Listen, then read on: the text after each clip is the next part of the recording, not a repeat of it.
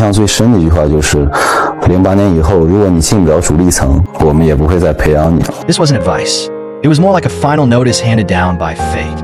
For Zhang Jike in 2008, the message was painfully clear. He was stuck at the very bottom of the national team. Ahead of him stood a group of established starters who had already secured their place.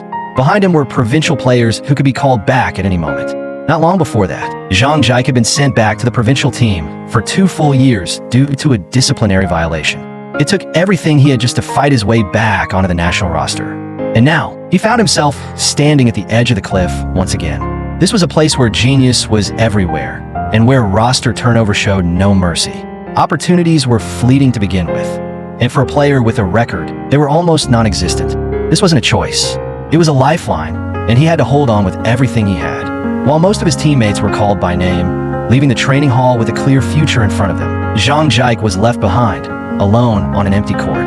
Just as the road ahead seemed completely sealed off, a bald man stopped in front of him. No questions, no judgment, just one calm sentence. I like troublemakers. That man was Zhan, newly promoted to the national team's first-team coaching staff. And just like Zhang Jike, he had no way back either. In Zhan's eyes, the young man in front of him lacked nothing in terms of talent. What he was missing wasn't skill. It was a moment in absolute desperation, a chance to force every ounce of potential and fire out of his body. So a brutal training program, codenamed London, began in silence. Zhang Jike had no right to wait. He could only treat one day like 3. Zhan's methods were so demanding they bordered on obsession. The intensity was so extreme that, years later, outsiders would question whether it was overconsumption. But for this coach and his player, there were no alternatives. What they needed was a chance to rise instantly from rock bottom, even if that moment of brilliance burned out like fireworks. The turning point came in 2010, in the final of the internal selection tournament known as Direct to Moscow. Zhang Jike defeated Ma Long, the very opponent who had long been seen as the biggest obstacle standing in his way.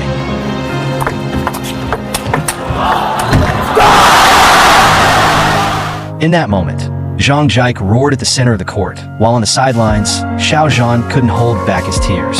His hands were shaking.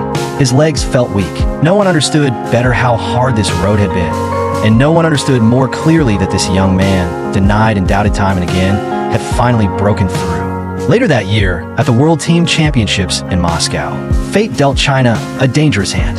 Wang Hao's form was unstable, and the Chinese team was pushed to the brink. Head coach Liu Guoyang finally turned his gaze to Zhang Jike. It was a gamble on China's table tennis legacy, and on the future of a young player who still wasn't fully trusted. Zhang Jike stepped onto the court with nothing held back and nowhere to retreat. What he won wasn't just a match, it was his passport into the core lineup. From that moment on, his rise was so fast it caught everyone off guard. In 2011, he reached the summit at the World Championships in Rotterdam. In 2012, he was crowned Olympic champion in London. From his first world title to completing the Grand Slam, it took him just 445 days, the shortest Grand Slam cycle in the history of table tennis. In 2017, as injuries mounted and age began to take its toll, Zhan was reassigned to the women's team. Zhang Jike later described that move as a turning point in his career. Without the coach who understood him best, who knew how to ignite him, the once unleashed Tibetan Mastiff slowly faded from the track. Today, Zhang Jike has gradually stepped away from competition, turning his focus toward life beyond the table. That coach has moved on as well, now working in mixed doubles, cultivating the next generation of hope. But the legend of those 445 days has never faded. It remains one of the most electrifying chapters in the history of Chinese table tennis.